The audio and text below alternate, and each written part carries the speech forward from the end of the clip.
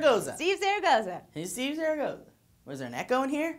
China news! If you live in China and are in need of an organ transplant, there's a chance that the liver you're in line for could have belonged to someone you're not too comfortable with. My dad? Mm-hmm. Bane? No. Currently in China, 2/3 of the very limited supply of livers, kidneys, hearts, lungs, and corneas are provided by freshly executed prisoners. Whoa, corneas? Would you be able to see what they saw? I don't think that's how it works, but I don't want to chance it. But as of last month, the Vice Health Minister Huang Jifu, I'm sorry if I messed up your name, dude, announced that Beijing will abolish the practice within the next 3 to 5 years, trying instead to replace it with a new system encouraging donation and regulating where they go. Now, social taboos tend to restrict voluntary organ donation in China. Most social tradition says that the body should be whole in death to show respect and to receive a complete body in the afterlife. And this change is going to present some difficulties with Chinese authorities changing common attitudes. Now, about 10,000 transplants are performed each year in China. USA still has the most. But a whopping 1.5 million people are waiting for organ transplants, leaving a reported 1 in 150 chance that they'll even get the organ they need. And because of the demand for organs and the lack of organ supply, underground networks have started to arise. In one recent case, a 17-year-old boy sold one of his kidneys to buy an iPad, giving new meaning to the phrase, "Man, I'd give my kidney to get that new iPad."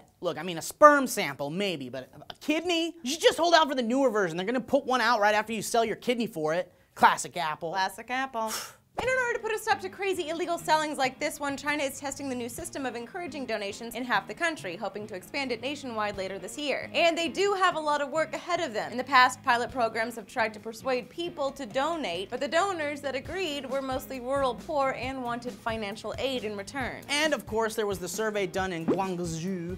I'm sorry if I messed that one up too, dudes. It's okay. Stating that 81% of the people polled still didn't trust it, believing that their organs were gonna be bought and sold. Even though the prisoner organs were controversial, from people saying that they were weaker organs because of bacterial infections or poor health of the inmates, to the fact that you have an organ from a possible murderer and that could kind of feel weird, it was still a way to get organs. So, would you be comfortable with receiving a prisoner's organ or body part? Why or why not? Let us know in the comments down below. And of course, click on that like and subscribe button if you want, or you know what? Click on this annotation, or go to SourceFed.com for our 5 daily stories and every other story we've ever done. I'm Lee Newton. I'm Steve Zaragoza. I do not want an evil man's organ in me. It takes a piece of their soul. In my soul? What if I want to kill people I love, Lee?